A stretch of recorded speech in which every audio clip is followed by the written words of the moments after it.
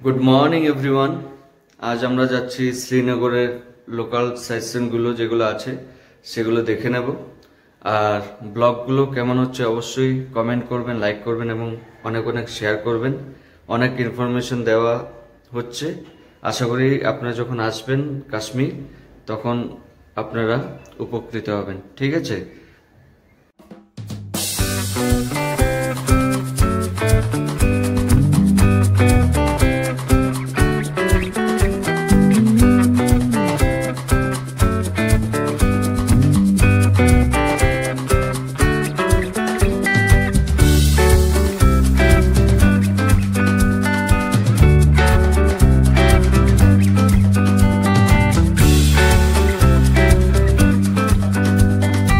Hello viewers, এখন আমরা breakfast করব। ব্রেকফাস্ট করে ফার্স্ট আমরা যাব শঙ্করাচার্য টেম্পল। দেখতে থাকুন। বাই। সকালের ব্রেকফাস্টটা আমরা তাড়াতাড়ি করে সেরে নিলাম। আমি যেই লোকেশনে দাঁড়িয়ে ভিডিওটা করছি সেটা হচ্ছে শ্রীনগরের মমতা চৌক। এখানে দুটোই পাশাপাশি বাঙালি হোটেল আছে। প্লাস আপনি যদি এই সোজা চলে যান তাহলে ডাল লেক আপনার কাছেই পড়বে। প্রথমে আমাদের পরিকল্পনা ছিল শ্রীনগরের বিখ্যাত শঙ্করাচার্য মন্দির দর্শনে যাওয়ার, কিন্তু হঠাৎ করেই আমাদের গাড়িতে কিছু সমস্যা দেখা দিল, তাই সিদ্ধান্ত পরিবর্তন করে আমরা গেলাম বটানিক্যাল গার্ডেনে। যাই হোক, আমাদের গাড়িটি এখানে পার্ক করা হলো। আর দেখুন, পার্কিং এরিয়াটা খুবই সুন্দর। আর এখান থেকে আপনারা চাইলে বটানিক্যাল গার্ডেন যদি যেতে চান এখানে পায়ে হেঁটেও যেতে পারবেন, প্লাস অটো করেও যেতে পারবেন, ডিপেন্ড অন ইউ। সাথে থাকুন এবং দেখতে থাকুন। চলুন। বটানিক্যাল গার্ডেনে পৌঁছে আমরা এক অন্যরকম স্বর্গীয় পরিবেশে ঢুকে পড়লাম। চারিদিকে নানা রঙের ফুল, মনোমুগ্ধকর সব গাছগাছালি আর পাহাড়ি আবহাওয়ার এক অপূর্ব মিশেল।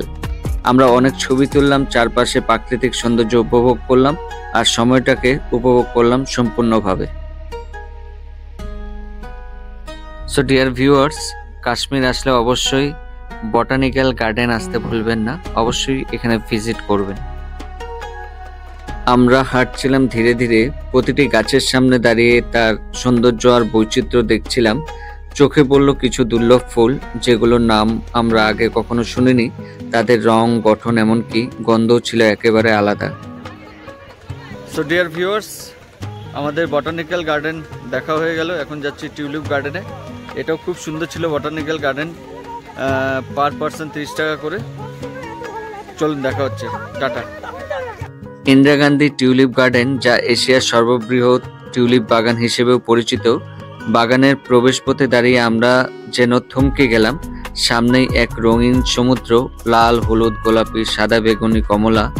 এত যে রং তা বলে বোঝানো যাবে না। প্রতিটি টিউলিপ যেন প্রকৃতির হাতে আঁকা এক একটি শিল্পকর্ম।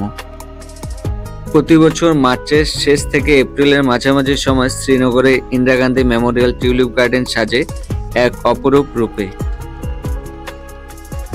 এবার আমরা সৌভাগ্যক্রমে ঠিক সেই সময়ে কাশ্মীর সফরে এসেছিলাম আর সেই স্বপ্নের মতো রঙিন উৎসবকে কাছ থেকে দেখার সুযোগ পেয়েছিলাম।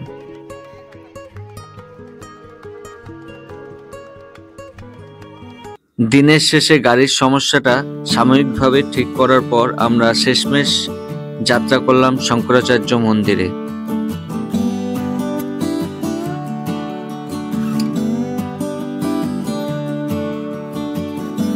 ডিয়ার ভিউয়ার্স, এতটুকু পর্যন্ত আমরা ট্রাভেলারে আসলাম, তারপর হেঁটে উঠতে হবে।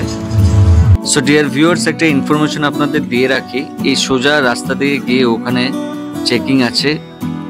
কোনো রকম গুটকা, খৈনি, সিগারেট এগুলো নিয়ে যাবেন না, তাহলে কিন্তু ওনারা চেক করবে প্লাস এগুলো ফেলে দেবে।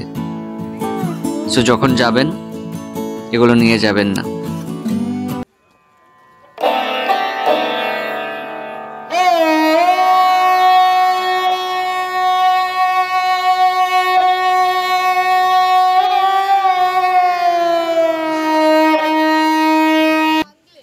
শ্রীনগরের অন্যতম ঐতিহাসিক ও ধর্মীয় স্থান শঙ্করাচার্য মন্দির। এটি শহরের কেন্দ্র থেকে প্রায় 1100 ফুট ওপরে পাহাড়ের চূড়ায় অবস্থিত। মন্দিরে পৌঁছানোর আগেই শুরু হয় এক অনন্য অভিজ্ঞতা।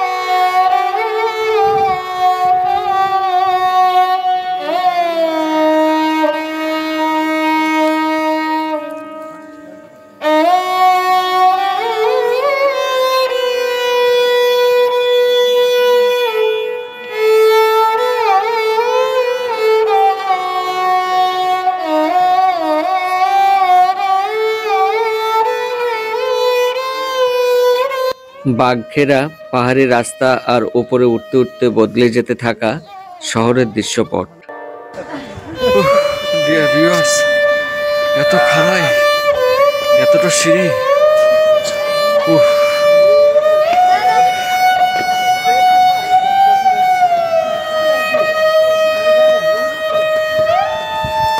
বলো সিঁড়ির কথা। 250টা সিঁড়ি আছে, উঠতে হবে। খুব ঠান্ডা আছে, খুব ঠান্ডা। সাথে থাকো না, দেখতে থাকো। প্রায় 200টির মতো সিঁড়ি পেরিয়ে আমরা যখন চূড়ায় পৌঁছলাম তখন চোখের সামনে এক অদ্ভুত দৃশ্য। ডাল লেকের ওপর ভেসে থাকা সূর্যের শেষ রশ্মি, নিচে ছড়িয়ে থাকা পুরো শ্রীনগর শহর আর দূরে দূরে পাহাড়ের শিখরগুলো।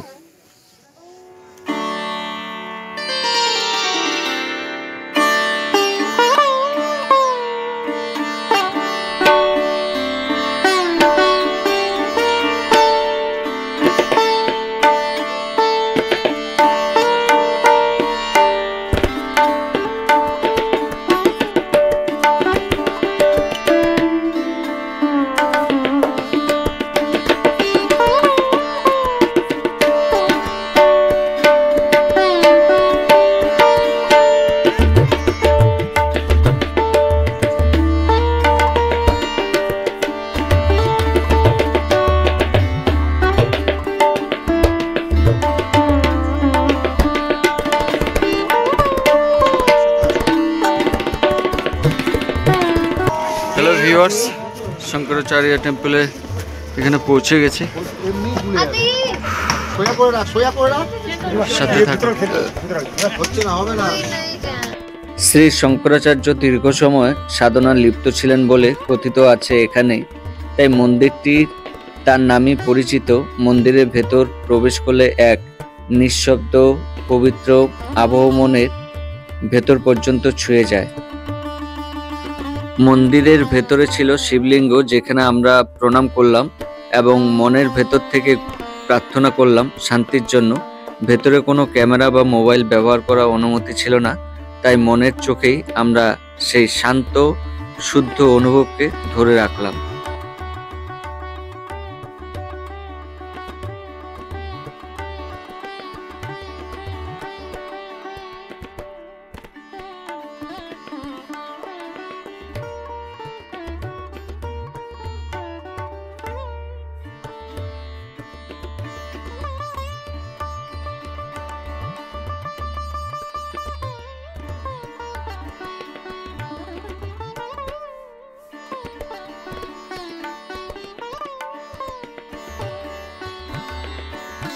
মন্দিরের চূড়া থেকে পুরো শ্রীনগর শহরটাকে একদম পাখির চোখে দেখা যায়।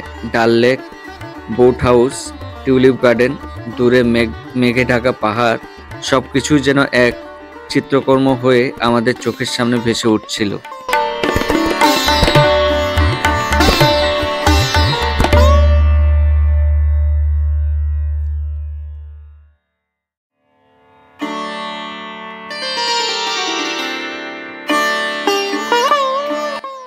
হ্যালো ডিয়ার ভিউয়ার্স, আমাদের পুজো দেওয়া কমপ্লিট। কেমন লাগলো ভিডিওটা অবশ্যই লাইক করবেন, শেয়ার করবেন এবং কমেন্টে জানাবেন। দেখতে থাকুন। বাই।